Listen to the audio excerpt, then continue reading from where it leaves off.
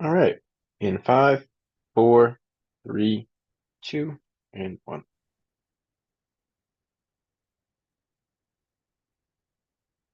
Hello, everyone, and welcome to our United Against Hate webinar.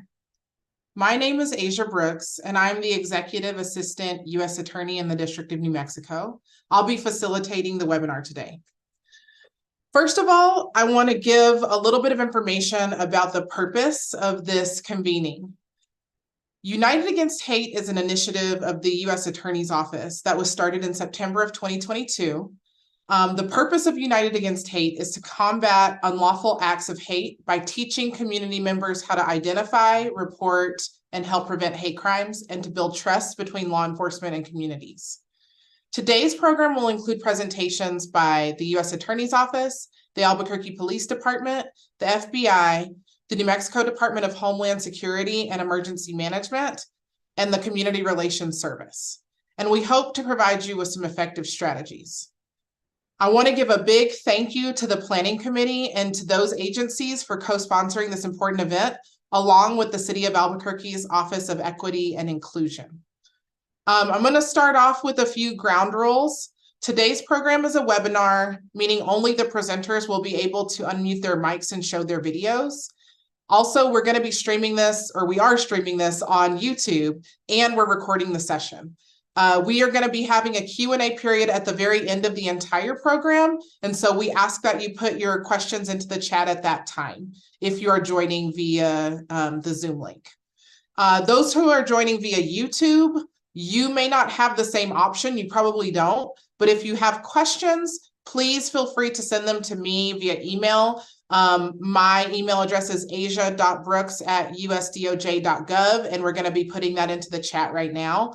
And then I will route the question to the correct presenter and we'll get you an answer to your question. It might take us a little bit of time. I don't think we can do it today, but we'll make sure and get you the answer if we can.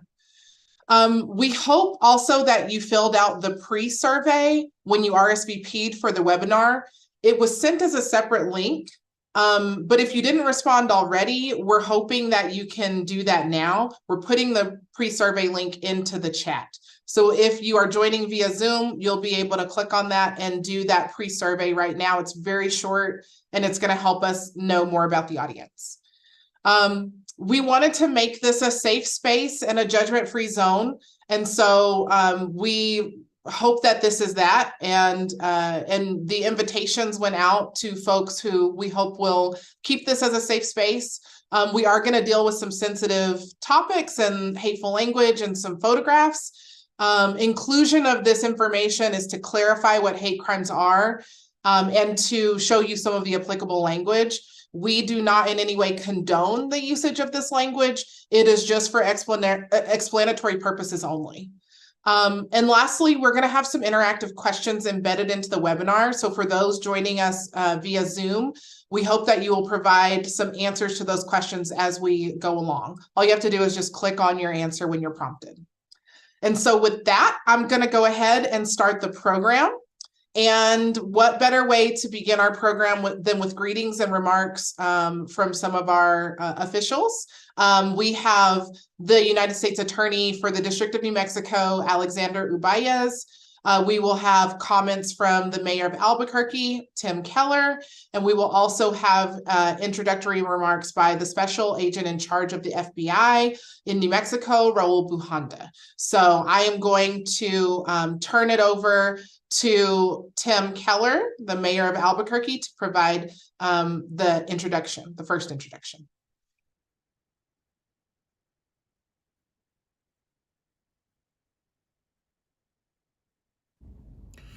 Albuquerque is committed to fostering a more inclusive city for all. We condemn violence and hate in our city, and we know that our city is stronger because of the many communities that call Albuquerque home.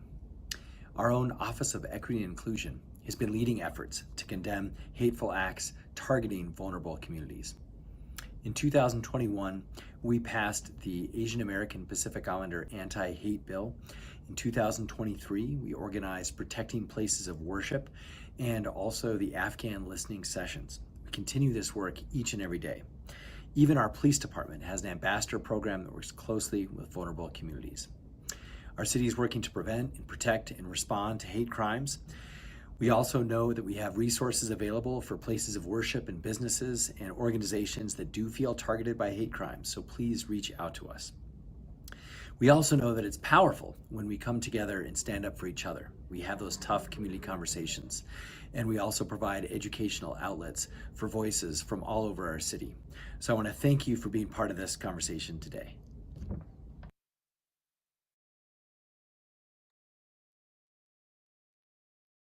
We should record it. It's recording. See the files. So it looks like now we will have some comments from, we're going to go a little bit out of order, from Special Agent in Charge Raul Buhanda. Good evening. And thank you. I am Raul Buhanda, Special Agent in Charge for the FBI Albuquerque Field Office.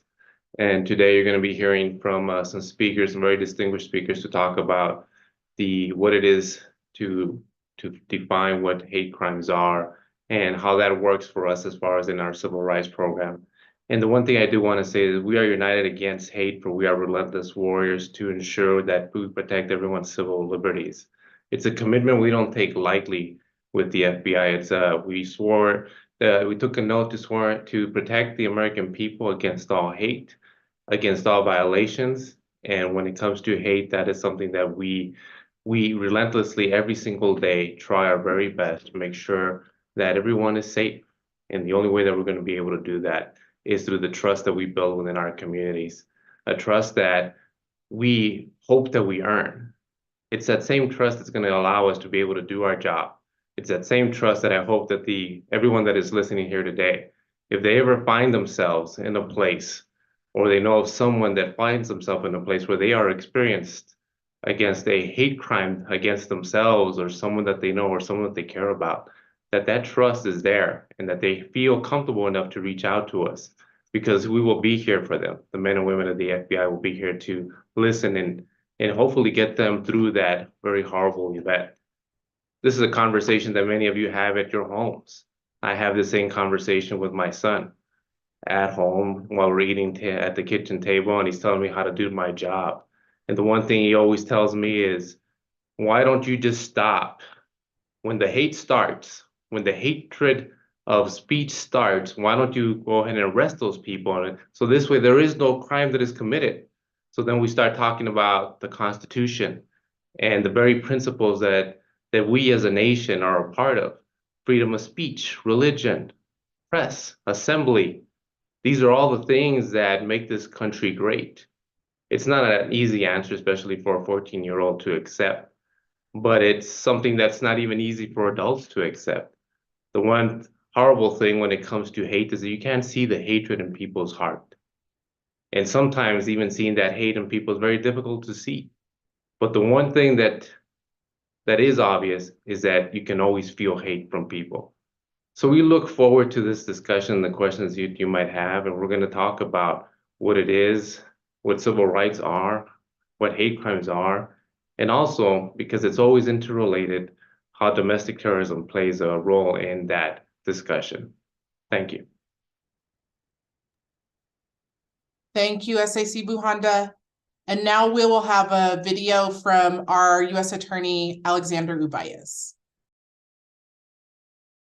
Good afternoon and welcome. My name is Alex Ubaez. I'm the United States Attorney here in the District of New Mexico, and we are here this evening because recent events have drawn division into the center of our conversation. Law-abiding versus criminal, housed versus homeless, punishment versus forgiveness, innocence versus guilty. In this word versus, we are all called to a fight against a criminal, a fight against a cop, a fight against a lawmaker, against a judge who's imposed a light sentence, or a prosecutor who advocated for a tough one, or a defense attorney who helped someone walk free. Opposition feels righteous. It's very easy for us to frame our aims in the negative, a stop or a don't, end this or a block that. But these slogans are just slogans. They tell us that responsibility lies in another. And worse, they tell us that our job is done once we've held that other to account. But opposition only feels righteous. In truth, opposition is easy. It's lazy. The verses creates division where unity is the answer. It divorces much-needed social support from much-needed criminal enforcement. It punishes without rehabilitating. It creates new laws and new crimes instead of new investments in our community. It removes children who most need our support from our schools. And it drains public money into the pockets of a few. This approach of holding to account has failed, and we can't continue to claim credit for effort alone. So it's time to liberate ourselves from a vocabulary which can no longer bear the weights of reality. So here's the secret. The verses is an illusion. In fact, we are a single community that has to figure out how we live together in peace. The truth is that the answers are never simple. They're never one-sided. The truth is that punishment alone doesn't work, but neither does leniency alone. There must be both consequences and forgiveness, penance and reconciliation. Now, there are people who are invested in conflict. They will tell you that somebody needs to save us from them. But there's nobody coming to save us from them. No politician, no group, no individual. In reality, that's because there is no us and there is no them. There is only we, and we share a responsibility to stand up for others. Not through thoughts and prayers, not through sympathy, but through actively seeking peace. To see no strangers, as Valley Core puts it. To stop fighting our present and start building the future that our children deserve. Because while there's two sides to every argument, not every argument is justified, which means it's possible for both sides to be wrong. And it doesn't mean that both sides can't also be right. Because remember, the sides don't exist. We're not bound by our past. And it's important for us to remember that the future, it doesn't belong to us. It belongs to our children and to their children. And so when I tell people during dark times that we should not fall into despair, what I mean is that we have a responsibility to rise above despair. Sympathy is an easier emotion to access than hope. And we don't have the luxury of settling for easy. You're here because you care. You're here because you know that we share a responsibility for our future. We owe this world hope. We owe this world optimism. We owe each other the hard work of love. It's time to abandon binary consensus building. We need to rise together as a community. We need to see no strangers. Never miss an opportunity to demonstrate who we can be. That's why you're here today. Be safe. Be brave. We do this together.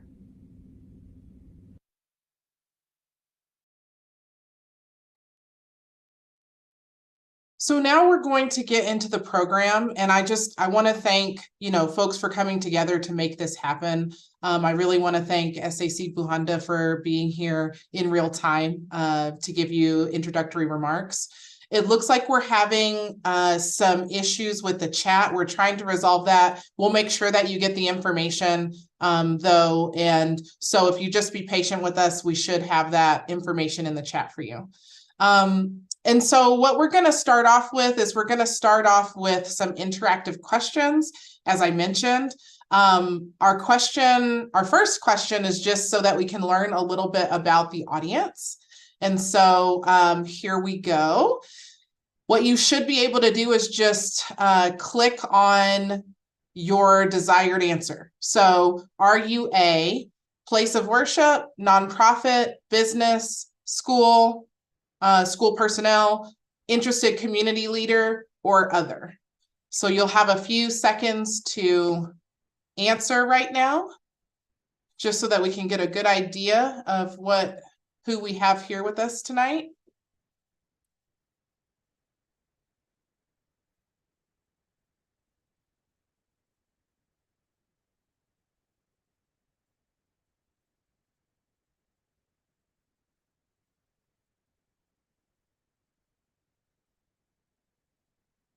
So Danielle, I think maybe that's enough time to respond. I think maybe once you close it, it'll show us the answers. There we go. All right. So it looks like we have about 36% of folks who are interested community leaders. We have 32% of folks who are nonprofits. Other is 24%, 16% places of worship, 8% schools, and 0% businesses. So this actually gives us a really great idea of who's with us. It looks like we have people from all walks of life. And so the unfortunate part is that hate crimes can affect anyone. And we hope that after this webinar that you'll help us spread the word about some resources that are available to those who might reach out to you. Now it's time to start our first presentation, which will be given by Nikki Tapia Brito, who I have the pleasure of working with at the U.S. Attorney's Office. Nikki Tapia Brito is an assistant U.S. attorney in the Public Integrity and Civil Rights Division of the U.S. Attorney's Office. She's a former state prosecutor and has been with the U.S. Attorney's Office for 13 years. She'll be giving us an overview of hate crime laws. And now at this time, Nikki, I'm going to turn it over to you. Okay, thank you so much. I really appreciate that. Go ahead and share my screen. Welcome to today's United Against Hate presentation, focused on identifying, reporting, and preventing hate crimes. My name is Nikki Tapia Brito, as stated. With me in this presentation is the supervisory AUSA in charge of public integrity, and our office's civil rights coordinator, Kimberly Brawley, and she'll be available to address questions at the end as well. We're happy to have you here so we can explore strategies for addressing hate crimes together. Hate crimes create fear and divide communities. Today is an opportunity to learn more about hate crimes and the resources available to your community. Engaging with these support systems can help prevent hate crimes and play a role in uniting a community should an incident occur. Strong communities and police relationships are critical to tackling hate crimes. As you've heard from the FBI director, these relationships are so important, and we hope that by the end of the presentation, you'll come away with the belief that you can rely on law enforcement and you can report to them to investigate these offenses. Now let's review the agenda for this portion of the presentation. First, we will provide an overview of hate crimes and incidents to help you identify them if and when they occur. Next, we will discuss the importance of reporting hate crimes and incidents to law enforcement so they can respond effectively. Responding to hate crimes and incidents requires a multi-pronged approach. This is why the forum invited representatives from different parts of government and community to be here. Let me take a brief moment to again identify members of our office who are critical contact points for those of you concerned with hate crimes violations. Alexandra Ubaez, our United States Attorney for the District of New Mexico. You've met Asia Brooks, our Executive Assistant. Kimberly Brawley, who is our Public Integrity Crime Supervisor and the Civil Rights Coordinator, and myself. Now, what is a hate crime? In general, a hate crime is a criminal offense such as murder, assault, arson, vandalism, or a threat that is motivated by one's hate against a group of people or a class of people protected by law. Some may wonder why we need hate crimes when the criminal acts themselves are already covered under criminal law. Hate crime prosecutions matter because the impact of a hate crime is felt beyond the immediate victim of the crime and that person's family. Hate crimes also traumatize others who share the traits with the victim, as well as the victim's community, and sometimes even the entire nation. Following a hate crime, victims, members of that group, and their greater community may feel afraid when carrying out normal day-to-day functions at home, work, school, local business, and places of worship, and no longer feel safe to live their daily lives. Further, attacks motivated by bias tend to be more violent than other attacks. Plus, perpetrators of hate crimes are more likely to commit them again. Prioritizing hate crimes gets dangerous offenders off the streets. It also sends a message to members of the targeted groups that they are valued members of society and their protection matters.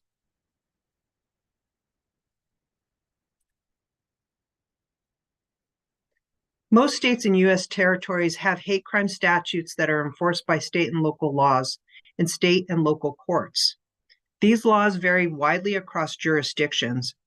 You're not required to learn all of the details about the complicated patchwork of state and federal laws.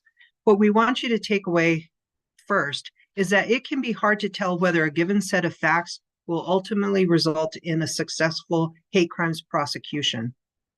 The second related takeaway is that it's critically important for community members to report all hate crimes.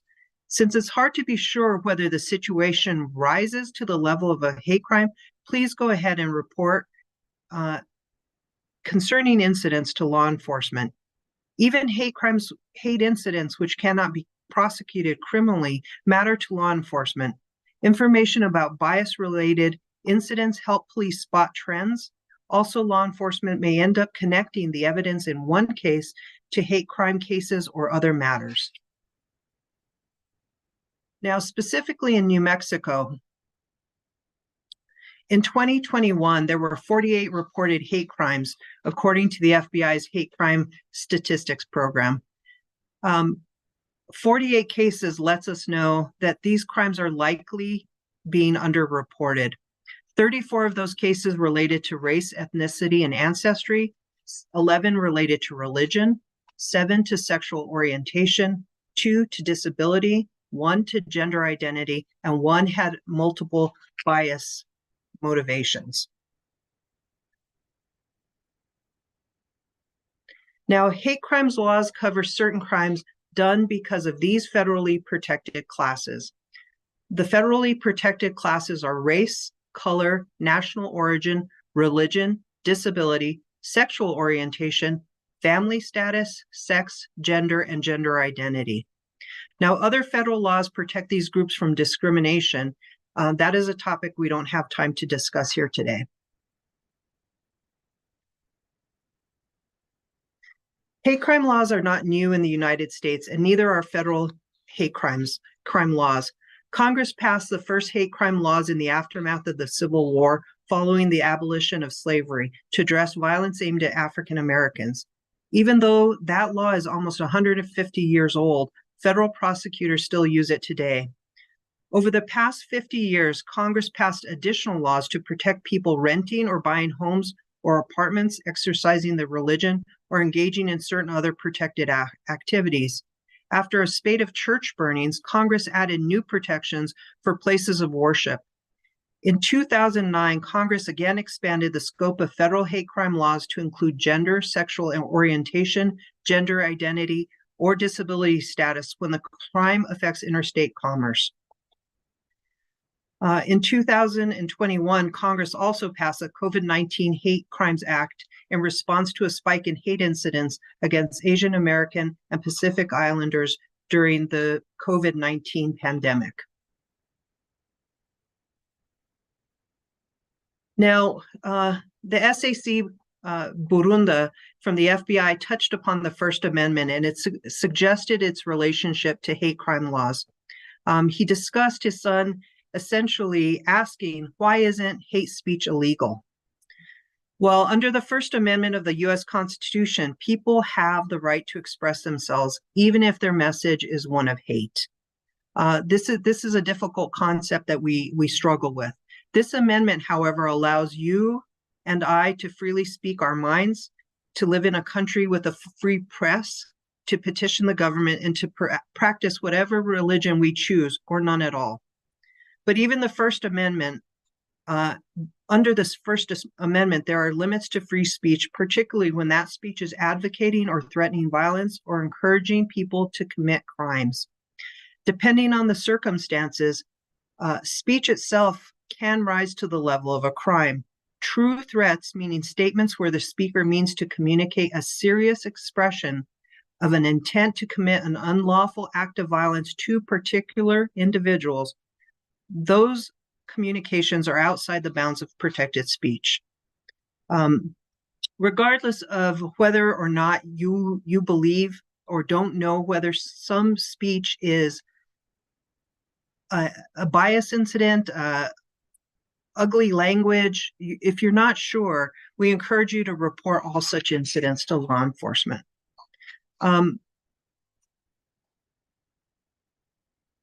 Now, let's talk about the difference between hate incidents and hate crimes.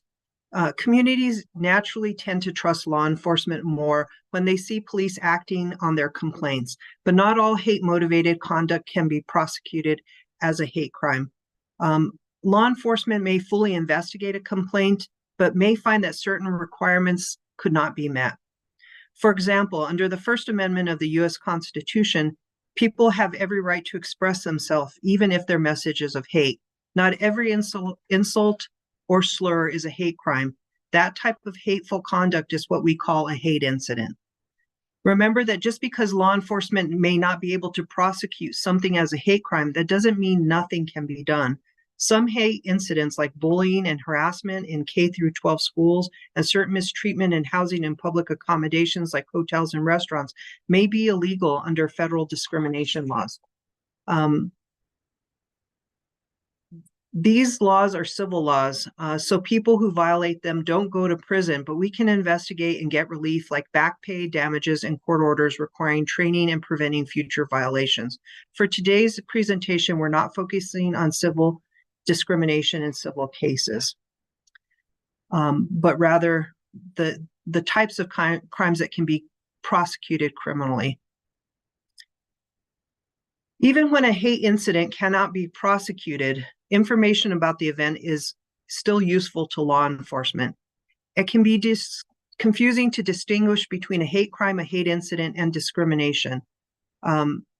Nevertheless, by the end of this presentation, we hope that you will be better able to do so and understand some of the laws that we have in our tool belt to pursue hate crimes.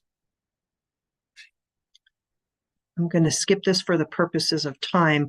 With respect to the hate crimes in our statutes in our toolkit, we have several statutes in our federal tool belt, each of which covers a different subsection of bias-motivated conduct. These statutes provide a patchwork of laws relating to different constitutional protections. Each has individual elements, provides different protections, and each has limitations. We'll touch upon a few of these laws that may be used to prosecute federal hate crimes.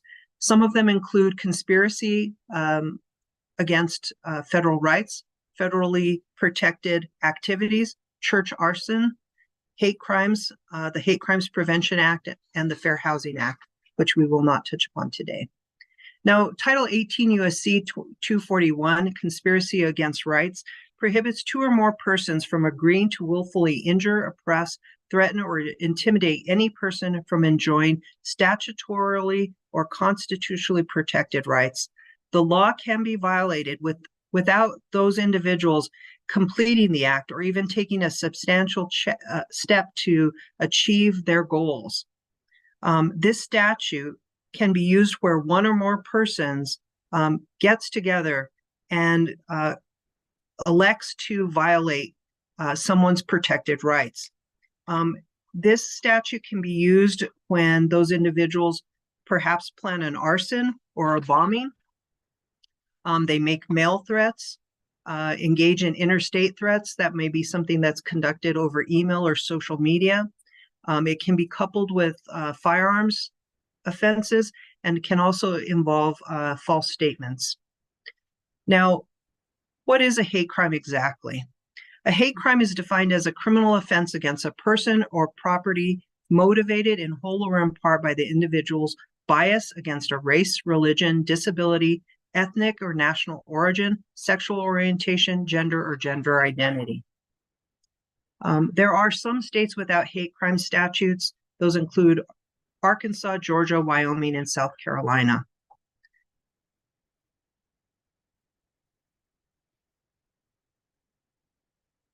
Pardon me. Now, with respect to one of the most important statutes within our tool belt is the Matthew Shepard and James Byrd Jr. Hate Crimes Prevention Act from 2009. The HCPA has three main substantive provisions, each of which was enacted using a different source of congressional power, and it covers different but overlapping bias motivations. The most convenient, albeit somewhat imprecise way to think about these three provisions is that one covers racial hate crimes, one covers non-racial hate crimes, and one covers all types of hate crimes that occur on federal land. Despite the differences between these three substantive subsections of this act, there are commonalities as well. First, all three subsections require proof that the defendant willfully caused bodily injury to another person or attempted to cause bodily injury using a firearm, fire, explosive device, incendiary device, such as a Molotov cocktail or something of that nature, or other dangerous weapon. Under this statute, bodily injury is defined to include minor injuries such as scrapes, bruises, and physical pain, but it does not include injury solely that's identified as emotional injury or psychological injury. The limitation to this statute is that an attempt to cause injury without a dangerous weapon cannot be prosecuted under this particular statute. However, under this statute, one has to look at the perspective of the offender, the defendant, as to how he perceives the victim. For example, if he perceives that the victim, and he's targeting the victim because he perceives them as Black or African American, and that individual is in fact not a member of that particular race, this statute may still be utilized to prosecute a hate crime because the defendant or the perpetrator was targeting that person because of their perceived race. Now, subsection 2 of this particular act expands the prosecution of hate crimes to involve a bias based on religion, sexual orientation, gender identity, national origin, and disability. For example, we can now prosecute some crimes based on gender identity and sexual orientation as hate crimes. Previously, we were unable to do so. These offenses can be based upon the actual or perceived gender related to, or gender related, or sexual orientation. Under this particular offense, for example, if a person targets an individual because they believe that they are a trans person, whether or not that's actually true, this statute can be utilized to protect people from that community and any persons that are perceived as such. Now, under Title 18 USC 245, there are a number of federal protected activities. Under this law, which was passed under the Civil Rights Act of 1964, it prohibits willfully injuring, intimidating, or interfering with any person or attempting to do so by force or threat of force because of their race, color, religion, or national origin. This statute criminalizes acts that interfere with federally protected activities. Now, these federally protected activities can include the right to attend public school, the right to employment, the right to serve in court, to use facilities in interstate commerce, or the right to use a place of general accommodation, such as a theater, restaurant, an exhibition, or enjoying any benefit and service provided by the government. Under this statute, we can prosecute a number of threats made to these protected individuals based on race, color, religion, and national origin.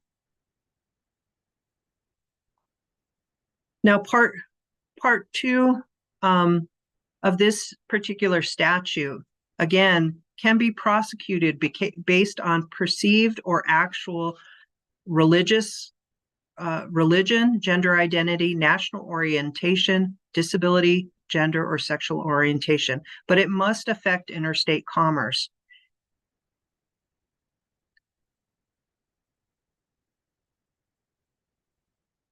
Now, touching upon some of our places of worship, 18 U.S.C. Section 247 prohibits the defacement or destruction of religious real property based on the religious characteristics of that property.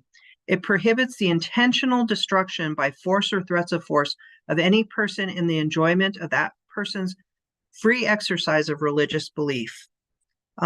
Real property can include places such as cemeteries, schools, leased property owned by a religious organization, objects within that property such as religious books and texts, prayer shawls, icons. So the damage to buildings, items contained within a place of worship can be targeted by individuals who wish to conduct a hate crime. And we can protect and prosecute using this statute places of worship. Now, the property does not need to be a house of worship itself, but can be owned and associated with a place of worship. Now, intentional destruction of real property, such as buildings, can include vandalism and graffiti.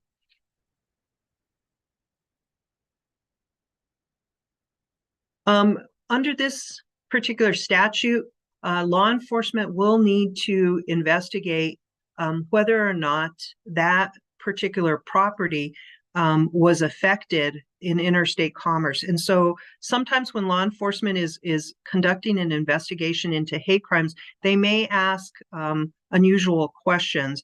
They may ask whether or not the property was being used for other things, because we'll have to establish whether or not interstate commerce was affected in any way. And interstate commerce can look something like whether or not a place of worship has associated with it, say, a gift shop that sells religious items or icons. It could include things like the building being used at other times by outside groups such as NA or AA or other support groups. Many of our places of worship also rent out their facilities to orchestral groups or chorus groups, and that use of their building can affect interstate commerce. So when someone targets a place of worship, we also have to establish how that place of worship may also have a school or some other manner of engaging in commerce to establish that that particular place of worship is covered under this particular statute. Now, 24C prohibits the intentional defacement, damage, or destruction of any religious real property because of race, color, or ethnic characteristics of any individual associated with that religious property. So this particular statute enables us to prosecute defendants who are targeting individuals because of race, color, or ethnic characteristics, whatever their association is with that religious property. Under this statute, the defendant does not have to complete an offense, but he may simply attempt to deface or damage this type of property, and we can pursue those types of crimes. Now, under the term religious real property, that can mean a church, a synagogue, a mosque, or a temple, a religious cemetery. And again, it can include other religious property, including schools, hospitals, personal property associated with that building, religious objects within the building, and it can include real property owned or leased by a nonprofit organization religiously affiliated with the organization. Now, our FBI civil rights partners, they're their mission includes the investigation and prosecution of hate crimes, what we call color of law crimes, and also freedom of access to clinic entrances. So the civil rights team as a group, we have a large number of cases that we are responsible for, and we hope that you will utilize our partnership to report these crimes and help us pursue, prosecute, and eliminate hate crimes to the extent that we can. Again, there are a number of resources available to you, shown here. And should you wish to contact anyone from our office, you can contact our main office, the FBI itself.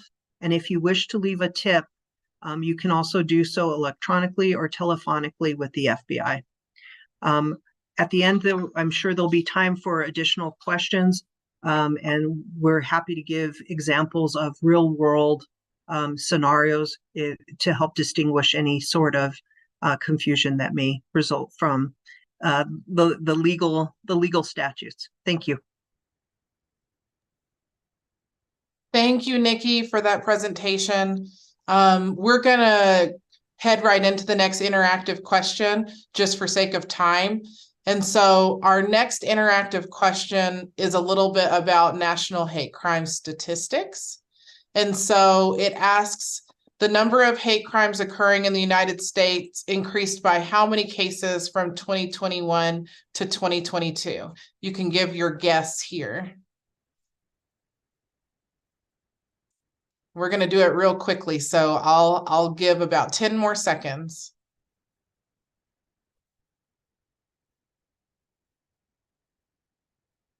Okay. So it looks like we had 72% of people say 859, tied at 11% for 478 and 794, and 6% said 283. So the answer actually was 794. Data reveals that hate crime incidents increased by 794 in 2022. There were 11,634 cases in 2022 compared to 10,840 in 2021. So unfortunately, we're seeing that hate crimes are on the rise. Our next presentation is going to be given by the Albuquerque Police Department and the Federal Bureau of Investigation, who are going to explain their roles in reporting and the investigative process. And so, related to hate crimes. And so I'll just start in with their introductions. First of all, from APD, we have a Deputy Chief Cecily Barker, and we also have Commander Kyle Hartsock. From the FBI, we have two agents. We have supervisory special agents of the FBI in counterterrorism and also white collar. So I just want to thank you all for being here, and I will turn it over to APD for your portion of the presentation. Thank you so much. Good evening, everybody. Like she stated, I'm Cecily Barker. I'm a Deputy Chief with the Albuquerque Police Department. I recently oversaw the Investigative Bureau, but as of last week, took over the Field Services Bureau. And when I had the Investigative Bureau, our teams really looked at cases involving hate crime, and we have some examples that Commander Hartsock will talk about in our presentation today. I first just want to say that the Albuquerque Police Department takes reports of targeted crimes very seriously. When we work with individuals who have been a victim of these crimes, we often hear how concerned they are both for themselves and their community. It's our job as a police department and as officers to investigate these cases and take them very seriously to ensure that the city is safe and help victims regardless of their background, religion, or the language that they speak. I'm going to talk about a few things that our police department does and the resources that we have in reference to this. In 2020, Chief Medina created the Ambassador Program. This is something that our department was really excited about. We have officers who are assigned to different communities within the city to include the faith-based community, the LGBTQ plus community, Hispanic community, Native American community, the refugees, the veteran community, senior citizen community, African American community, Americans with disabilities, and our youth. These ambassadors really focus with points of contact of members of our community and provide them resources and just the communication and working on bridging the gap between officers. We really encourage anybody who is on here who has any questions about our ambassador program, who would like to participate in it, to reach out. We will put the information for Danielle Silva in our chat, who oversees that program. We really used our ambassadors just as an example in some of the investigations that we had. Our ambassadors reach out if there's a crime involving a certain community, whether that's to find more victims or to provide them information into what's going on. We also encourage you to reach out to our crime prevention specialists. They offer resources and trainings both for you, the community, businesses. They go over anything from general crime prevention to workplace safety. We do have crime prevention specialists at every substation within the city, and we will also include that information for you to contact them if you have any questions or if you would like to set that up. Another thing that our department does is we have language access. This starts from the initial call for an individual calling 911 or 242 cops. We have a training or a translating service that assists with individuals who are calling in who speak any language. When our officers respond to calls, we utilize what is called the language line, and officers have an application on their phone where they can get a translator immediately to be able to speak to a victim and get the information that they need. We also have a language access coordinator, and that individual helps us work with the translation of interviews or documents that are filled out by victims of a crime on scene. So if you complete a witness or victim statement and you need to write that in the language that you speak, we do have resources that will help officers to translate that at a later time. If you ever have any questions about that, you're more than welcome to call us, and we'll make sure to get that information to you as well. One additional thing I wanted to touch base on is that we also have the Office of Equity and Inclusion with the city, and our department has worked really closely with their personnel. Sometimes when we have cases where victims or witnesses are nervous to talk to police, for whatever reason that might be, they can reach out to this department and speak to their civilian personnel who have often just acted as a communication towards police officers. I've had them reach out to me and say, I have a victim who wants to talk to you, but they're scared about police, and they just act as that in between and eventually are able to bridge that gap so that people are comfortable talking with officers. So we really appreciate that resource that we have. Like I stated, we have a real life example or a case that we worked closely with our federal partners, who we are extremely grateful for with their partnership. And I just want to turn the time over now to Commander Hartsock to briefly talk about some key points with that case. Hi, everybody. My name is Kyle Hartsock, and I'm the commander of the Criminal Investigation Division. And I appreciate you guys all being here tonight to listen to this important message. We really value our partnerships with our community members and stakeholders, and we work really hard through our ambassadors and just through our daily interactions with our officers, detectives, and professional staff to make sure that we are in touch as best we can with what the needs are for them. And there's really two cases where this community partnerships really worked well. One was almost 2 years ago.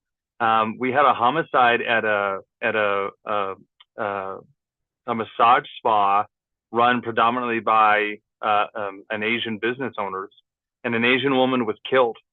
And we initially reached out and made contact with the Asian Family Center through our ambassador program, where they had already established those relationships.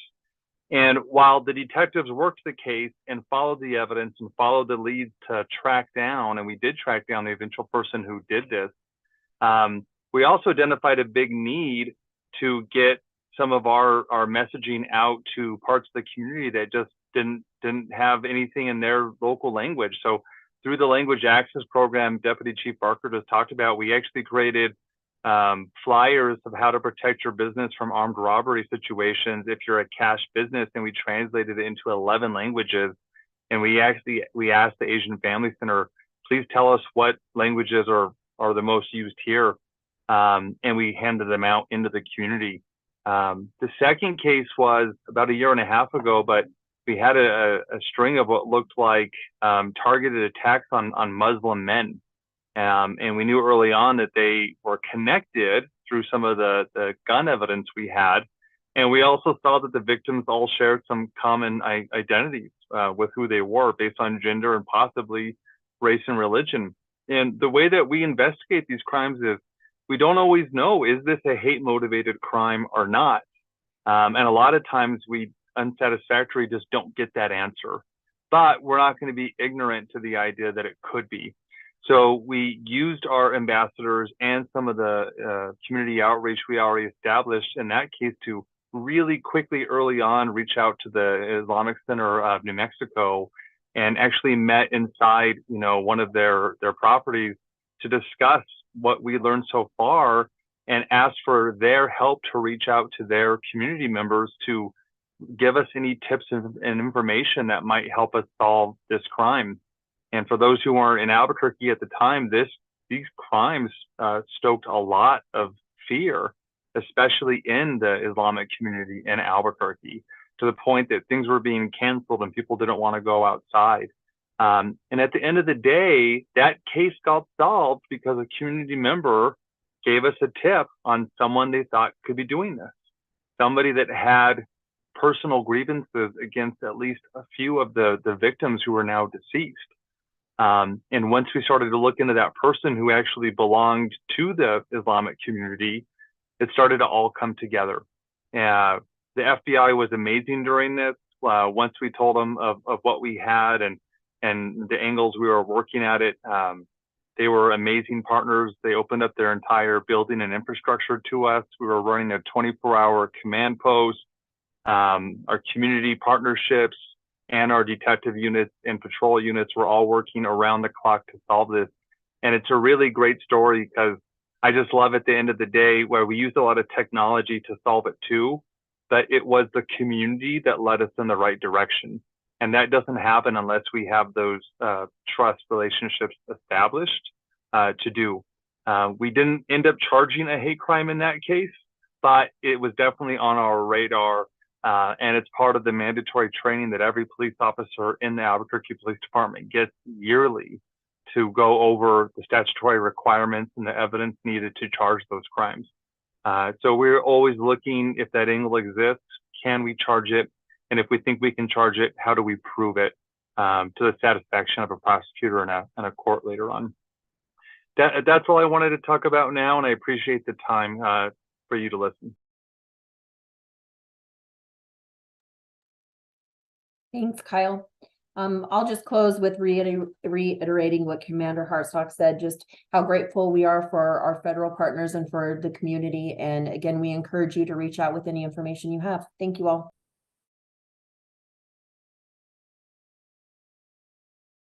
Thank you. We'll turn it over to the FBI now.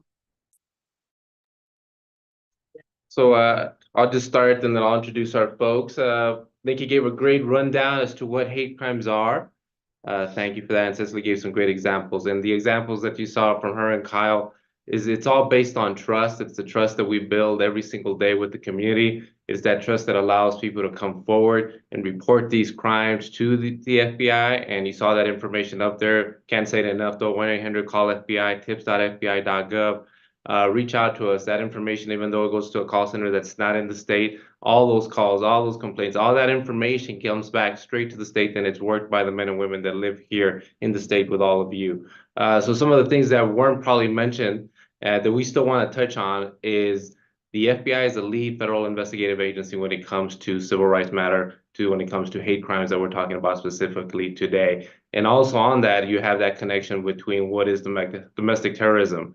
And the last thing I ever want from anyone that's listening on this call is to try to figure out, when you're making that call, that initial call, trying to figure out where does something lie. That is not something you want to be concerned about. Something bad happened to you, you just need to report that information. On the good thing on our side is that we will put a whole of office approach.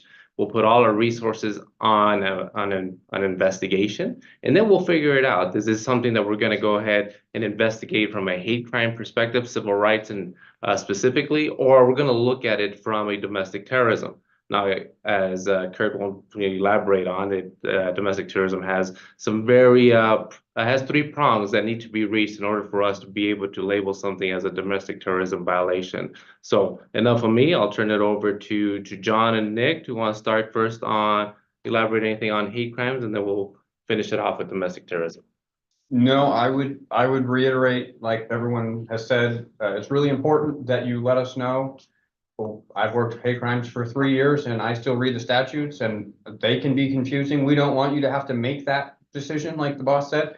Just make that phone call. Even if you report it to local law enforcement, we would also ask that you report it to the FBI, either through the website or through that phone number, so that we see it as well. And we're never going to be upset for hearing from you. We can't solve these problems unless we hear about them.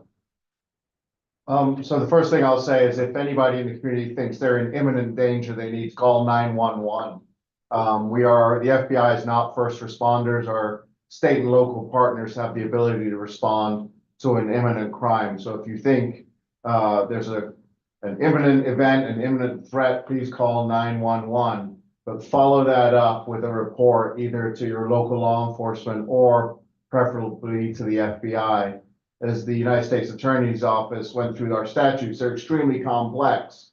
And we don't need you to self-lawyer. Please report it. That's our job to determine what is or isn't a federal crime with our partners at the United States Attorney's Office. We can also refer matters to our state and local partners if they don't meet the federal thresholds. It's our job to determine what is First Amendment speech and legal hateful speech from what is a true threat or a true crime.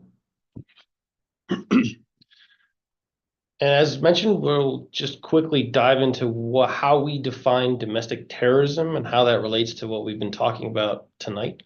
For the FBI to use its toolboxes into looking into something that could be domestic terrorism requires 3 components. One of them is some allegation of a federal violation. Obviously, as discussed, there are plenty of violations out there that could cover illegal activity. 2 is some sort of threat of violence or a violent act. Fairly self-explanatory there, but it can either have occurred or a threat of occurring. And 3, some sort of political ideology or agenda.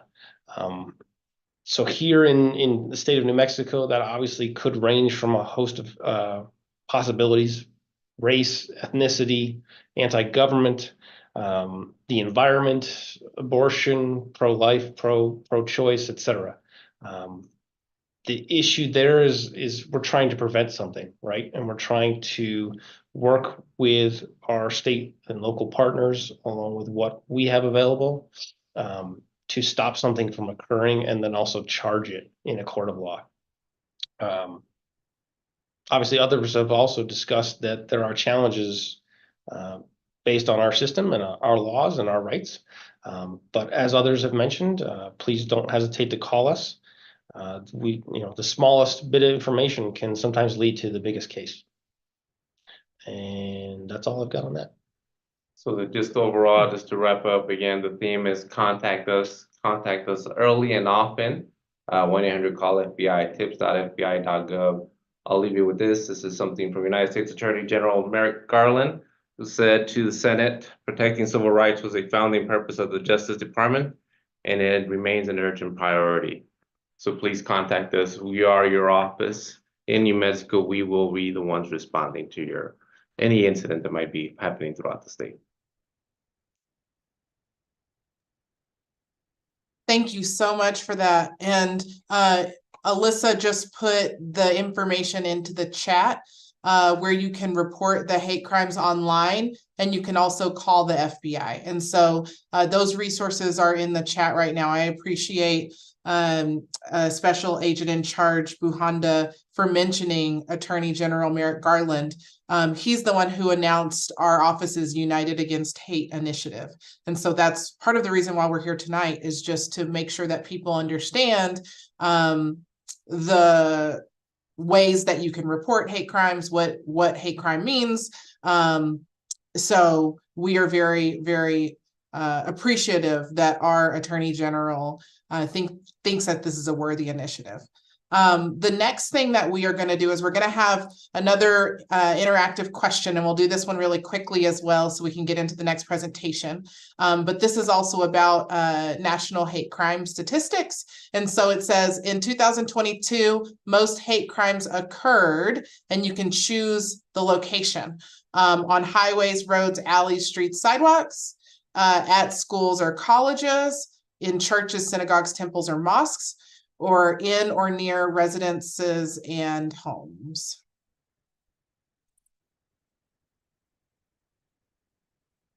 So I'll give folks a few seconds to put their answers in.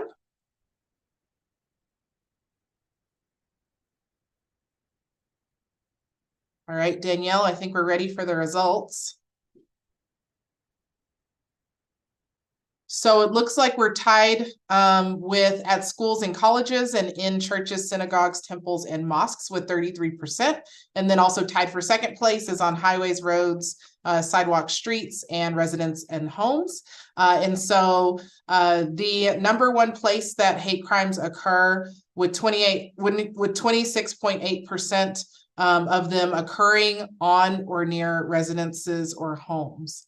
And so the data shows that 15.7% occurred on highways, roads, or alleys. 10.2% occurred at schools or colleges.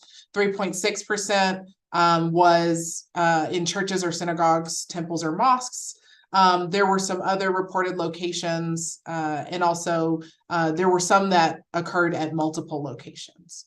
So the next person that we have, we're going to introduce our next speaker. She is going to give us a presentation on the Nonprofit Security Grant Program. Let me get her bio up. Miss Marcella Benton is from the Department of Homeland Security's and we'll talk about the Department of Homeland Security's Nonprofit Security Grant. She's a grant manager for the New Mexico Department of Homeland Security and Emergency Management. She has many years of experience in this work, including serving as the Emergency Management Director of the Pueblo of Sandia, and also as the Emergency Management Specialist for Bernalillo County's Department of Emergency Management. She held both of those roles in her past, and so we are very excited to have her with us to tell us about the Nonprofit Security Grant. Thank you, Marcella, for being with us. Thank you for having me. I appreciate it. So my name is Marcella Benton. I am the grants manager for Department of Homeland Security and Emergency Management. I've been with the department for a total of over 15 years. So prior to me being at Pueblo of Sandia and the Bernalillo County Emergency Management offices, I was at the Department of Homeland Security for about 13 years, and then I left and I went back. So I have a lot of experience working with the department. I know a lot of background information, but in this current role, I am responsible for administering the Nonprofit Security Grant Program. So let me share my screen here. Okay, so we'll discuss the Nonprofit Security Grant Program. And let's see, come on. My mouse, okay. All right, so there's my information, my contact information. I can share these slides so that you can get in contact with me later. So let's go ahead and begin. So the Nonprofit Security Grant Program is a competitive grant that is administered through the U.S. Department of Homeland Security and administered by FEMA. So they provide physical and cybersecurity enhancement and other security-related activities for nonprofit organizations for high-risk terrorist attacks. So basically, this grant program is available to harden your facilities that are vulnerable to terrorist attacks. So the eligibility process for the nonprofit security grant is those organizations that are eligible are houses of worship, education facilities, medical facilities, and other 501c3 organizations. So if you are registered as a 501c3 organization with the IRS, you are eligible for this grant program. So some examples of nonprofits that are not eligible are for-profit entities, public schools, and government entities that receive federal funding. So funding guidelines and restrictions, the Nonprofit Security Grant Program does comply with the uniform administrative requirements, cost principles, and audit requirements of the CFR Part 200. That is, you can just Google that. It'll tell you exactly what you need to know. If you want to fall asleep at night, it's a great way to be able to do that. I'll put my glasses on here. FEMA awards under this particular grant program are obligated and initiated inside or outside of the performance, which is established in the Notice of Funding Opportunity. There are costs that are allowable for target hardening and physical and cybersecurity enhancement and other security-related activities, which we will discuss as we go forward. There is a limited amount of equipment that you can purchase under this grant program, and we will discuss that as well. So like I said, this particular grant program is focused on physical security enhancements and security-related training and awareness. We will discuss some of the projects that have been awarded in the past, so that you do get an idea of what is allowable. So talk again about funding guidelines restrictions. The non-security grant program is a reimbursement grant, so you will have to upfront the costs initially, and your costs will be reimbursed by the New Mexico Department of Homeland Security and Emergency Management per approval of those specific items that are being purchased. Purchases may be made and reimbursed incrementally instead of the entire amount at once. We prefer to pay out those projects in increments, like every quarter or biannually, depending on how often you submit your request for payments. But we do prefer to reimburse our grant programs on a quarterly basis. Expenses must align with the awarded project that occur within the period of performance, and unallowable costs will not be reimbursed. So allowable costs refers to the items of the cost in general. They are funds that can be funded with grant dollars as long as they fit within the framework of the grant. So one of the costs is management and administration, which 5% of the subrecipient award is allowable for management and administration of the grant. So the maximum amount of funding that we have received in the past for nonprofit security grant is $150,000. That is the maximum amount. So if any organization is going to be requesting or applying for nonprofit security grant program funding, please do not request for over $150,000 because it does delay the process in in getting your FEMA award back to you, because we will have to request for a revised investment justification that shows expenses and projects for $150,000. So what is M&A? M&A is any cost that is directly related to managing and administering the award, such as financial management, reporting, program, and financial monitoring. So if you have specific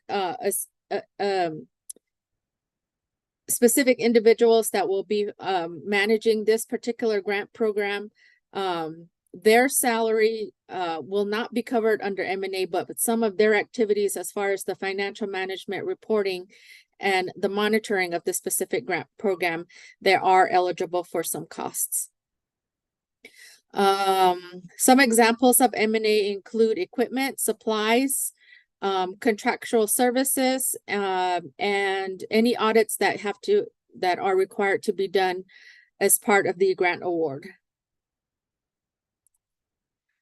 So let's talk about the allowable costs that are within the nonprofit security grant program. So personnel, which we have funded in the past, they are contracted security protection, but they cannot be, you cannot exceed the 30% of the total award, and it requires a waiver from FEMA. So if you are going to contract security personnel, stay under the 30% of the total award. Otherwise, we will have to request a waiver, which takes additional time as well.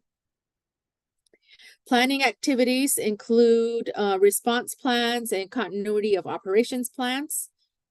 Equipment, costs for access and control equipment, surveillance, physical protective measures, radios, and notification systems. We can also include in there alarm systems. Training and exercise, those costs are, as long as they are security related, they are allowed. And we will review those particular projects in depth for training and exercise. Allowable training topics include physical and cybersecurity, terrorism, extremism awareness, employee preparedness, active shooter, and emergency first aid. Construction and renovation costs must not exceed 15% of the total award, and written approval is required from FEMA prior to any funding that is released. So we'll have to have a waiver put in place before you can proceed with your projects. Maintenance and sustainment, those include contracts, warranties, repair or replacement costs, upgrades, user fees, as described in the DHS FEMA policy, and there's the number for that. You can look that up as well. So allowable versus unallowable projects. So examples of allowable expenditures under NSGP include security cameras and alarms, access controls, fences, bollards, and barriers, planning, training, and exercises, technology, and cybersecurity.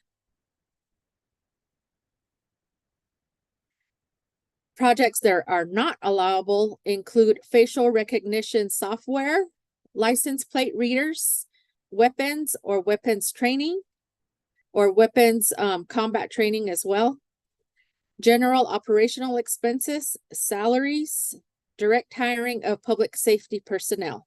So you cannot hire your local law enforcement to provide security, but you can contract with a with an officer who is off duty to provide you on-scene security. So here is the authorized equipment list. The link to the FEMA's authorized equipment list is provided below. When you click that link, you will there's a search engine that comes up, and then you can put in keywords in there to find equipment that you are looking for, or for instance, let's say we're looking at the AEL number for systems and building blast shock impact resistant. This is a very popular AEL, because a lot of the projects that we've seen in the last 3 years include shatter resistant glass windows or window wraps or deflection shields for their buildings, for their doors, for windows, things like that. And then if you look under the FEMA related grant programs at the very bottom, you'll see that nonprofit security grant program is part of this AEL.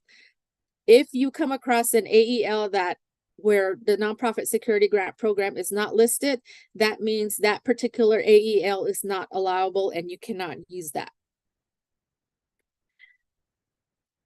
As if you receive nonprofit security grant program funding, there is an onboarding process that we go in depth on how to use the AELs, but this is more of just a FYI, just to get you familiar with what the authorized equipment list looks like.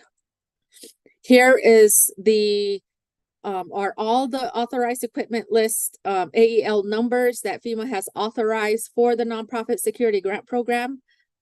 You cannot deviate from this particular list, but if you put any of these numbers into that search engine on the screen before, it'll give you the description, and it will say on the bottom that nonprofit security grant program is allowed to utilize that specific AEL number. So if you are planning to apply for nonprofit security grant program funding, please be very familiar with this AEL list, because you will be required to utilize these numbers on the application. Okay, so what do I need to do to prepare to apply for the nonprofit security grant program? I know everybody's probably interested in this part of the presentation. Okay, so step 1 is know who your state administrative agency is. And your SAA is the New Mexico Department of Homeland Security and Emergency Management. And I will be your point of contact for the nonprofit security grant program. Step 2 is the most important thing is to complete a vulnerability assessment prior to applying for nonprofit security grant program. So if you're planning to apply for FY 2024 grant funding, I highly suggest that you start a vulnerability assessment ASAP, and create a mission statement and start reviewing and understanding the investment justification for each of the locations that you're applying for. So last year we did receive numerous applications for one organization, but had satellite houses of worships in their congregation. So they had their main office, and then they had several different sub applicants under them, but they each received their own separate awards. So you're able to do that. But if you're going to do that, you'll have to complete a vulnerability assessment for each of those sites. So you'll have to decide whether or not you're going to submit one vulnerability assessment for your entire organization, or you're going to complete a vulnerability assessment per site under each of your for your specific organization.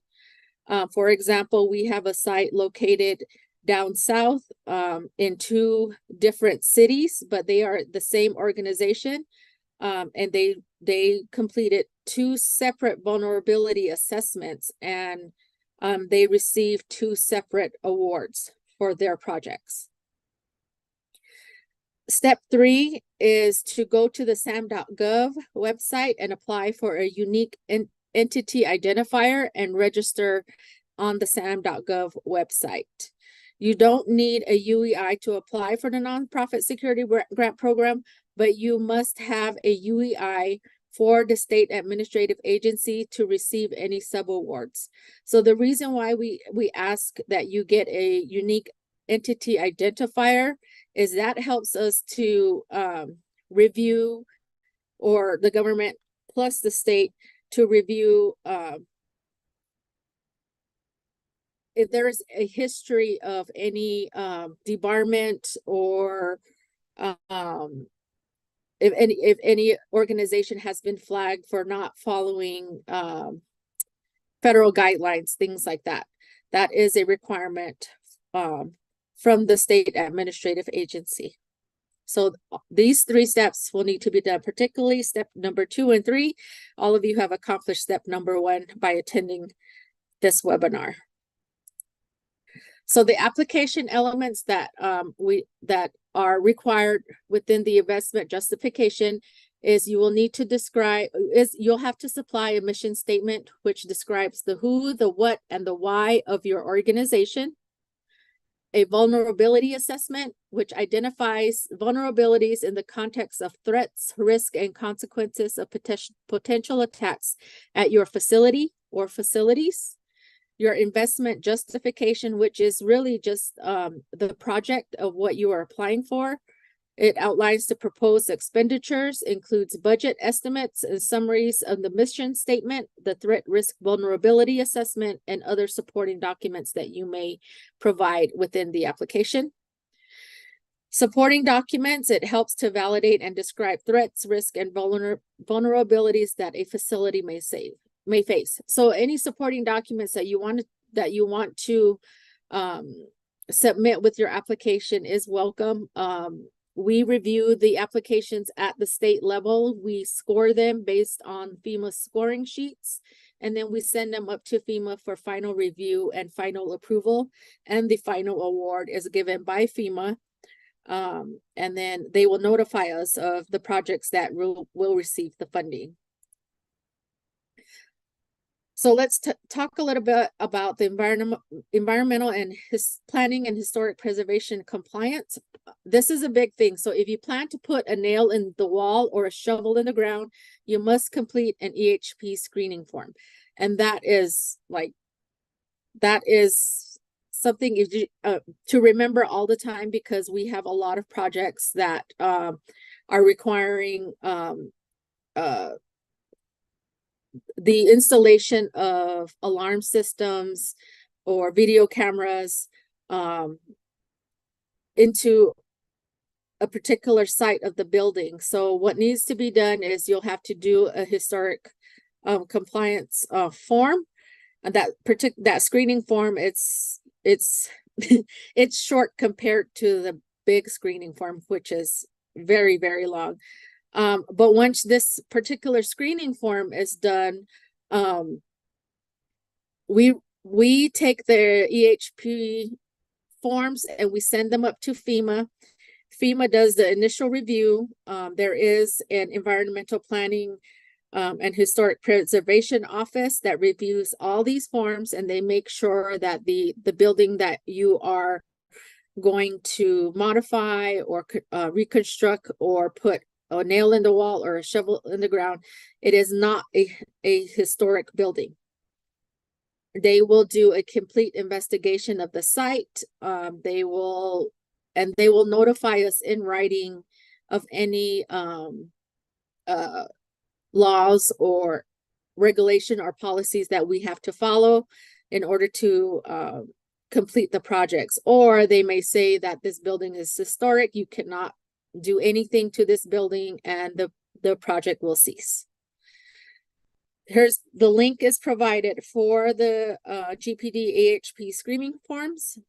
But like I said, the easiest thing to remember is if you're going to put a nail in the wall or a shovel in the ground, you need an historic preservation compliance form. So resources that are available to you. I've highlighted the main resource that you'll need to get familiar with, which is the Preparedness Grants Manual. Appendix C is the Nonprofit Security Grant Program, which has specific information about administering and managing the grant, all the requirements, the CFR 200 citations that you'll need to follow. That is really the Bible that we follow at the state and at the federal level to administer and manage all our grant programs. So you can Google these. They are available on the FEMA website. Just make sure that you're looking at the latest version, which will be 2023 or for Nonprofit Security Grant Program. The Notice of Funding Opportunity for NSGP for 2024 has not been released, so we won't see that probably until February of 2024. So now I'll take any questions if anyone would like to ask anything. I'll open it for questions.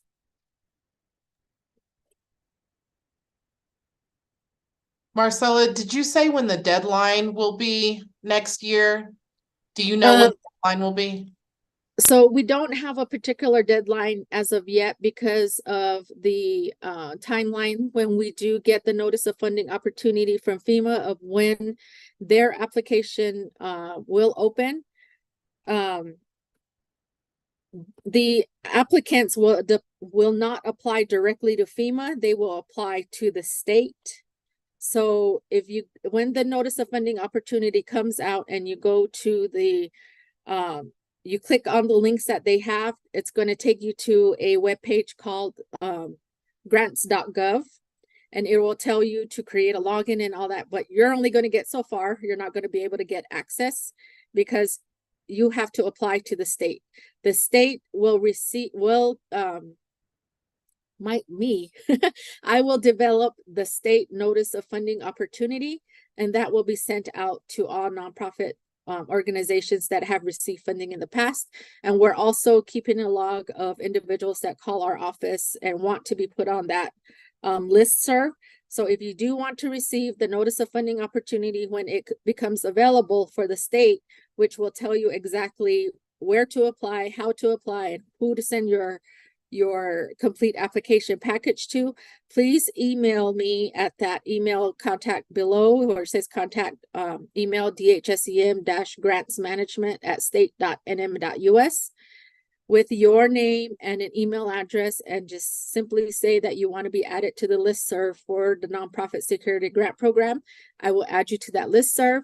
And when the notice of funding opportunity is available, I will send it out to you, and it will have the application open date, and then all the timelines that will be that we will have as far as the application deadline, your vulnerability assessments, when we will send all applications up to FEMA for final review, when we anticipate funding allocations to be released from FEMA. All those timelines will be included in that notice of funding opportunity. So, like I said, if you want to be on that listserv, please let me know. Thank you for that information. I'm not seeing anything in the chat, and we'll take some questions at the end of the entire presentation as well. But I appreciate you for coming and presenting. We had invited some folks who have had some incidents happen and vandalism and things of that nature. And so we really wanted to provide people with the resources available to them to try and kind of protect their businesses or nonprofits. Right. So hopefully we'll have an increased number this year of people contacting you to get on that list. So, so that folks don't miss the deadline. Right. So just to give you an example of the last 2 years that I am aware of, we only had 4 applicants. Last year in 2023, we had 19 applicants. So we're anticipating 2024 to have more than 25 applicants, up to 25 to 40 applicants for 2024. So like I said, the maximum amount that they will award is $150,000 per site. So just keep that in mind when you're doing your application. Anything above that, they will either ask for a budget revision and a project revision, and investment justification is what they call it, but to fix your application so that it's within that $150,000 award. So just keep that in the back of your mind when you're completing the application. So a lot of the projects that we have funded in the past include blast shield for it's like a window film to put on windows to keep the windows from shattering, or glass shards from flying. It just shatters the window, but it stays intact. Ballistic shields for doors.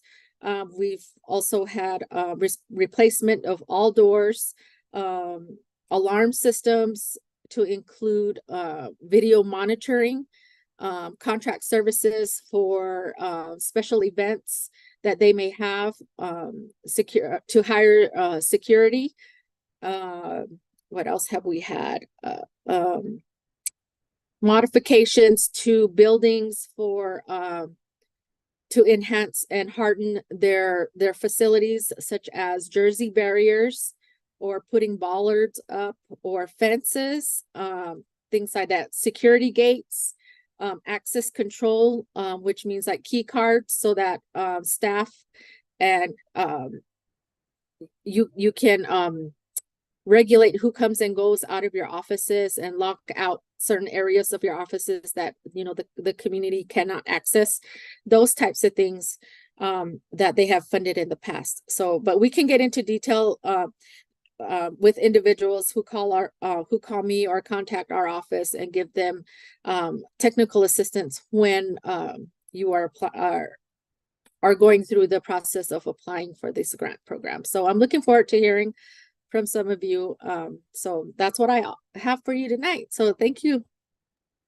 Thank you so much, Marcella. Thank you for presenting. And we also did an event last year called Protecting Places of Worship, but it was right up against the deadline. And so I'm hoping that some of the people that were interested in applying are on the webinar tonight, because we're in advance of the deadline. So thank you so much for your assistance and for presenting. And we're going to keep the program moving. We're right on time. And so we have one last interactive question that we're going to ask the audience. And that question is, if folks in the audience know what the Community Relations Service does. Do you know what the Community Relations Service does? Yes or no? And I'll give people a few seconds to fill that out.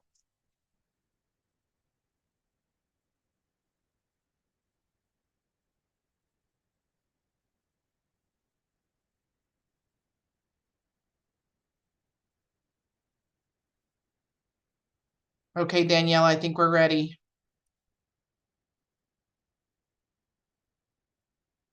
All right, so we have 21% of the audience do know what the Community Relations Service is, and we have about 79% of folks who do not. And so you are in for a treat, that 79% who do not, and even the roughly 20% who do, you'll probably learn something new about the Community Relations Service. They are also known as America's Peacemaker, and our final presentation is going to be given by Kim Milstead, who is their lead conciliation specialist for Region 6. And so Kim is the lead specialist, like I said, for Region 6. She works out of the field office in Houston, Texas, but her region spans New Mexico, Texas, Oklahoma, Arkansas, and Louisiana. And so we want to welcome her to give her presentation on the Community Relations Service.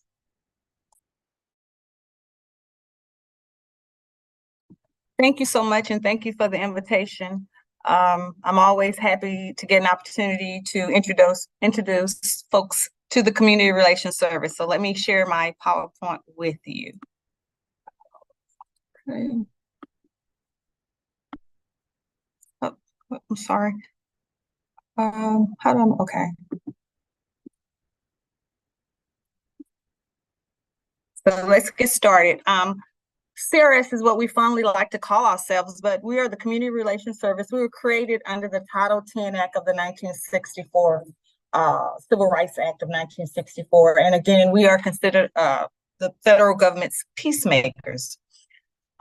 With Community Relations Service, our jurisdiction expanded in 2009 with President Obama passing of the Shepard-Byrd Hate Crimes Act, which increased our jurisdiction to act to respond and prevent violent hate crimes. And our jurisdiction includes gender identity, sexual orientation, religion, disability, race, color, and national origin.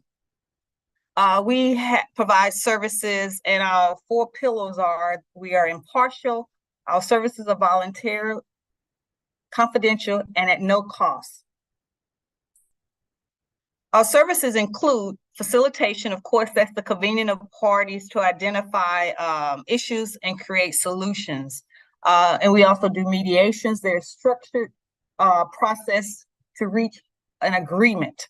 And we will prepare a written agreement for the parties to move forward in peace. We provide consultation services in the form of technical assistance, offer best practices, models, and evidence-based resources. And we also do training. That's another one of our services. Who we work with?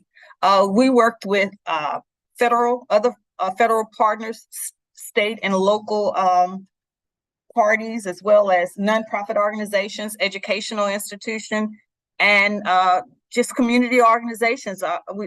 It doesn't matter if you have a need and you're in conflict based on our jurisdiction, we're more than happy to work with you. So our areas of our service areas include administration of justice, which includes police and community relations, controversial incidents, and alleged bias and hate crimes incidents. We work with our next program is education. So where we work with schools when there has been alleged bullying, as well as alleged bias and hate crimes incidents, and also the general community relations, where we have the demographic shifts, language-based barriers, public demonstrations and controversies. And of course, we deal with the alleged bias incidents and hate crimes. We work with the community in those areas. So we talk about what are some of the programs in terms of administration of justice. One of our programs that we offer is engaging and building relations with the transgender community. One of our signature programs, strengthening police and community partnerships, engaging and building partnerships with the Muslim Americans, as well as the Sikh Americans. And we also have many other customized programs that may meet the needs of your community, as well as the department, the police department. Educational programs include this school student problem identification and resolution of issues program, and it's a school-based program. And we also have this program for college-based programs. And of course, we have additional customized programs if those programs do not meet your needs. Our goal is to, if necessary, create something that will meet your need.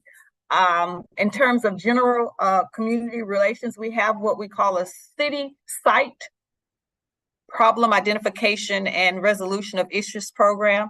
We also have the Protecting Places of Worship program, which we worked with the U.S. Attorney's Office in Albuquerque, as well as the City of Albuquerque, and we presented a Protecting Place of Worship forum, I believe it was March of last year.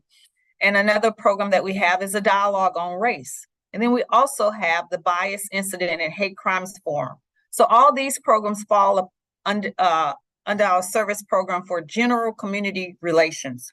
Now, I ran through all those programs really, really fast, but I can also provide a link where you can get brochures of each of those programs if there's an interest in them. Now, I wanted to highlight a couple of programs, a couple of case studies where there have been incidents of hate crimes and the way how we supported the communities that experienced some of the racial tension. In this case happened down in the in Rhode Island. They addressed the escalating racial and religious tension. CRS consulted with the correctional center staff on best practices to address these racial and religious tension, and we provided them with educational materials. And we also conducted a hate crimes forum, which helped to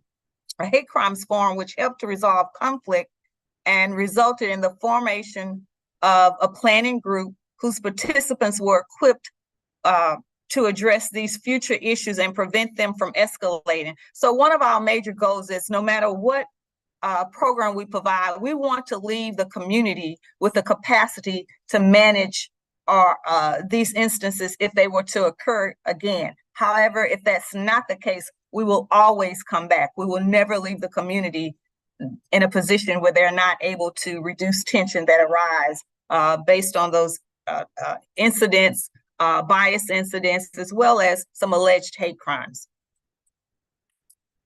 Down in the, we also provided support in Lakewood Township, New Jersey, to address the rise in perceived anti-sentiment. CRS, we held a series of mediation sessions in which participants identified key issues and formed up another planning group to address perceived negative stereotypes in the climate. And we worked with the planning group to identify processes to create greater unity in diverse communities. And to do so, we convened in the township, we convened prosecutors, religious leaders, and other law enforcement to discuss these concerns and provide resolution to those members of the community. And then here's another issue where we supported the school district in Terry, Mississippi, following a perceived racial discrimination at a school. CRS services were requested by the Hinds County School District after a student planned a Black History Month celebration was canceled and racial tension ensued. CRS facilitated an educational forum and 2 student assemblies, allowing students to voice their concerns and student leaders to confirm the belief in diversity and support the students' right for free expression. So we have 10 regions. As she stated, I fall within the Southwest region, which is Region 6, and my area include New Mexico, Oklahoma, Texas, Arkansas, and Louisiana. And I can give you this PowerPoint I'm running because I don't want us to run out of time. But I also want to state that we worked very closely with the Albuquerque Public School alongside with the city of Albuquerque to provide services in one of their schools as it related to an incident that happened. So we're here. All of our programs are free of service. You can contact me. I'll put my information in the link, or you can use this link, Ask CRS, for additional information about who we are and what we do. And I would love to have an opportunity to just come down and spend a little time with you and talk about our services in more detail and in a personal setting. And I'll end here and answer questions if there are some at the end of the program. I hope I didn't go too fast. No, you did perfect. Thank you, Kim. And I know we did have one question already in the chat about resources for schools K through 12 to help prevent some hate speech. And I know you kind of spoke a little bit about the school spirit, which is a very long acronym that I do not know, but that program and working with you when you all came to Albuquerque to do that program for Washington Middle School, which had a murder of one of its students. And so I hope that more folks will reach out to you for those services, because I do think that program is specifically geared towards students. Thank you. And we do have, we do have a resource sheet available for hate crimes for K through 12, and I can get it so we can send it out to the registrants in the program. Well, we do have some programs specifically for that address that. Thank you, Kim. And thank you for your presentation. And so at this point, we are going to go into our Q&A period. I know we've had some questions come across that we have been trying to answer. Some of them have been about the process in getting things into the chat. But if there are any other questions, now is your time to post them into the chat. I see that there was one that we answered, and it says, of the religious hate crimes, what number were Jewish? And so I actually do have that number for with the FBI 2022 statistics. And so I mentioned that there was a rise in hate crimes from 2021 to 2022, and of the entire number of hate crimes, there were 2,042 that were based on religion. And more than half of those, so 1,122, were driven by anti-Jewish bias. So that was the highest category of religion that experienced hate crimes. And just for information of the attendees, race, according to, race-based hate crimes were the most common. There were 6,557 reported incidents in 2022, and anti-Black or African-American incidents were more than 3 times higher than any of the next categories of race or ethnicity. So let's see, I'm looking at the chat to see if we have any other questions.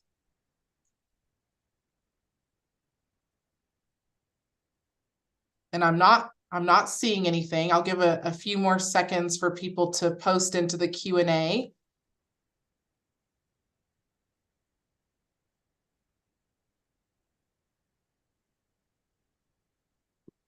All right, so it looks like we don't have any other questions, or we've answered them. I want to just add that we will be sending out a post-webinar survey to folks who participated in today's webinar, just to gauge the effectiveness of the programming, and also so that we can provide you with any further assistance that you might need. There are options in the survey to let us know what type of assistance you will need. Also, we're going to put some resources into the chat. Some of the websites of the folks that you've heard from tonight will go into the chat. And there's really some great resources there. A lot of folks have translated their materials into many different languages. And so we hope that you will take advantage of those resources. If you need something in a language that you do not see, please let us know. And so I think we can make sure that you get the resources that you need. I did just see a question come across in the chat, and it says, which is more severe, a hate crime or a regular crime? And so I don't know if, I think that that's probably going to depend on what the crime actually is, if there's, a loss of life or something of that nature, that could be a very serious crime, although it wouldn't necessarily be a hate crime. But I think there are also other very serious hate crimes where loss of life could also happen. And so I don't know if Nikki, you or Kim want to allow that. I see chat was never allowed, so I'm sorry about that. I said chat and I meant Q&A. I'm not a big tech person, and so I said chat, but what I meant was Q&A. We can get resources to you all if you can't see the things that are in the chat, which it sounds like maybe you can't. We put a lot of things into the chat, but we'll make sure if you cannot see that we send that in our follow-up along with the post survey. So I apologize that that you cannot see the chat, but we will most certainly get you those resources. So Kim or Nikki, I don't know if you want to respond or if you think that covered the question. Sure, I'm happy to jump in. Oh, no, I agree with what you said, Asia, that it really just depends on the crime. Under federal law, there's not like an added sentence if it's a hate crime, because we have our standalone hate crime statutes. And it just really depends on what the case is. For example, one of the hate crime statutes we use a lot, Section 245, it varies. If there's no bodily injury, it's actually just a misdemeanor, punishable up to a year. If there is bodily injury, then it's punishable up to 10 years. And then if it's a much more serious one where, say like someone died, then it could be life imprisonment or even the death penalty. The Section 249 cases that Nikki spoke about, those that they absolutely require as an element of the offense that there be bodily injury or the use of a deadly weapon. And so at a minimum, we're looking at a penalty of up to 10 years. And then for those crimes, if there's a kidnapping involved or aggravated sexual abuse or death, things like that, then that will definitely graduate up the sentence to, once again, it could be life imprisonment, it could be the death penalty. And so it just depends, if we're looking at, any other kind of federal crime, felon in possession, bank robbery, drug trafficking, they just all have their own sets of penalties, just like these hate crime ones. And the penalties are built in with the statutes themselves. So like Asia said, it just depends what crime are we talking about, and then what in the instance of some of these hate crimes, what are the facts of those? Is there bodily injury, et cetera, and that will dictate the sentence. I hope that answers it. Thank you, Kim. And I am not seeing any other questions in the chat, so we're going to go ahead and close our program. Of course, I want to say thank you to all of the presenters who took the time out of their busy schedules to put their presentations together and speak to us tonight. And just in closing, as the U.S. Attorney mentioned in his welcome, we're not doing these presentations to scare anyone. We're just doing this as education.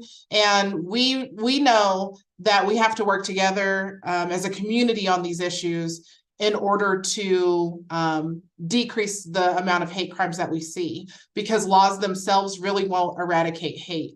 So we hope this information was helpful to you. We hope that you will share it with others. And we know that if you're here with us and you listen to us tonight, you're already part of the solution. And we thank you for your time. We will be getting you all that post-survey information. And thank you. And